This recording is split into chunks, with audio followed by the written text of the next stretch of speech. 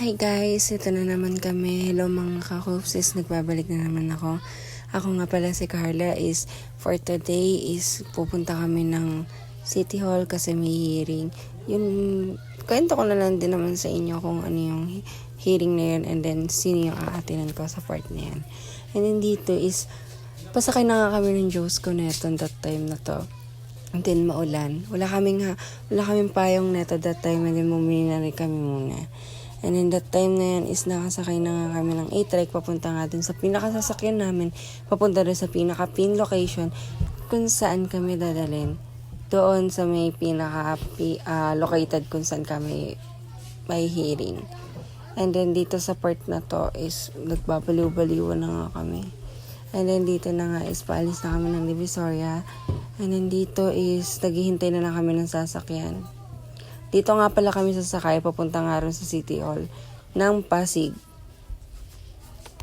At so yun na nga guys, is ikikwento ko na nga sa inyo kung ano nga ba yung nangyari at ano tong aatinan kong hearing.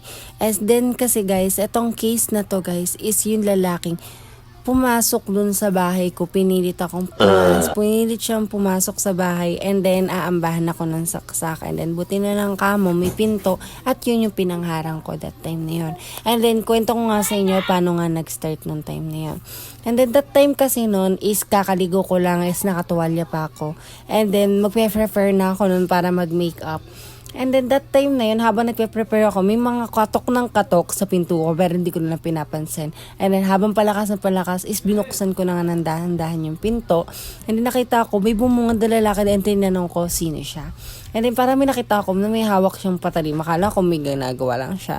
And then that time na yun is dun niya pala ako aambahan nun. And then dun na ako pumunta ng barangay para kasuhan siya. And then sampahan siya ng kaso.